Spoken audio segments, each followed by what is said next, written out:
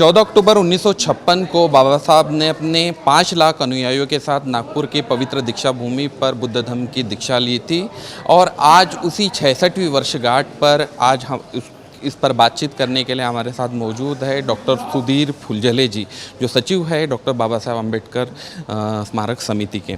Sir, किस तरह का आयोजन है? कोरोना के बाद में 2 वर्ष बाद इसका आयोजन हो रहा है, बड़ा चुनौतीपूर्ण आयोजन रहेगा और अनुयायियों की मौजूदगी इस बार किस तरह से रही? 2 साल के बाद में अनुयायी को मौका मिला है तो अनुयायियों में बहुत उत्साह है।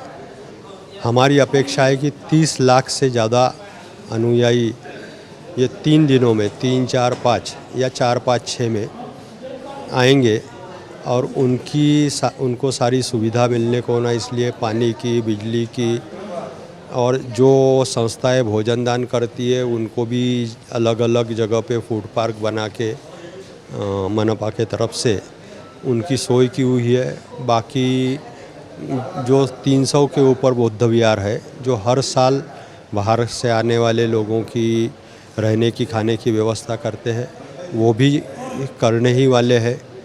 उसके सिवा यदि बारिश आती है तो टेम्परेरी रुकने के लिए आसपास के स्कूल, कॉलेजेस और जो मंगल कार्यालय है उनको भी जिलाधिकारी ने सूचना दी है और वो अपने अंडर में लिए हुए हैं। सर, इस बार अगर बात की जाएगी तो विशेष आयोजन में थाईलैंड से एक जो प्रतिमा है बाबा साहब की 56 फीट की प्रतिमा है, उसका कहीं ना कहीं भूमि पूजन के कार्यक्रम का आयोजन किया जा रहा है। किस तरह की ये प्रतिमा है और कहाँ लगने वाली है और कब तक लग जाएगी? बाबा साहब को चलता हुआ बुद्ध ये बहुत पसंद था। उससे एक संदेश भी जाता है कि धम्म भी भगवान बुद्ध के साथ में चल रहा है और भगवान बुद्ध की वो मूर्ति में बाबा साहब को चेतना दिखती थी, इसलिए वो चलती हुई मूर्ति है और उनका दाहिना हाथ आशीर्वाद मुद्रा में है।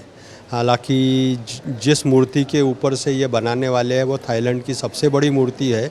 बैंकॉक के पास में एक बौद्ध विहार है, वहाँ वो बाएं हाथ से आशीर्वाद दे रही है। हमने बताया तो उन्होंने दाहिने हाथ से आशीर्वाद देती हुई मूर्ति बनाई है। ये बनना चालू हुआ 3 साल पहले और से मेरे ख्याल से 2 साल लगेंगे बनने में।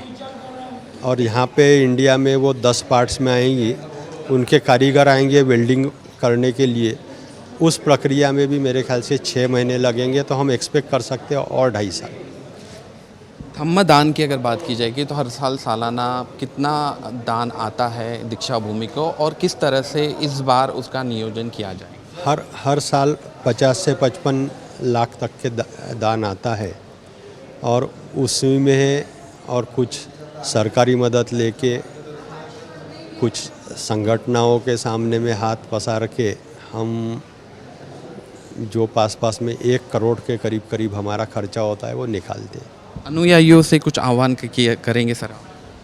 अनुयायी से एक ही आह्वान है कि दीक्षा भूमि कोई चमत्कार की भूमि नहीं है। यहीं से जो विज्ञानवादी ऐसी बौद्ध धर्म की दीक्षा बाबा साहब ने दी है।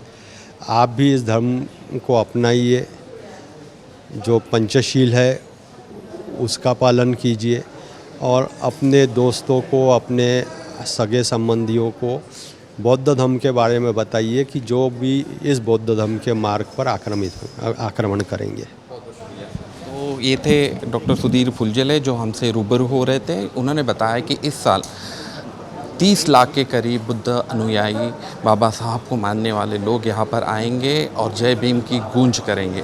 कैमरा पर्सन विशाल रायपुरी के साथ मुकेश राव, इक्वालिटी न्यूज़, नागपुर।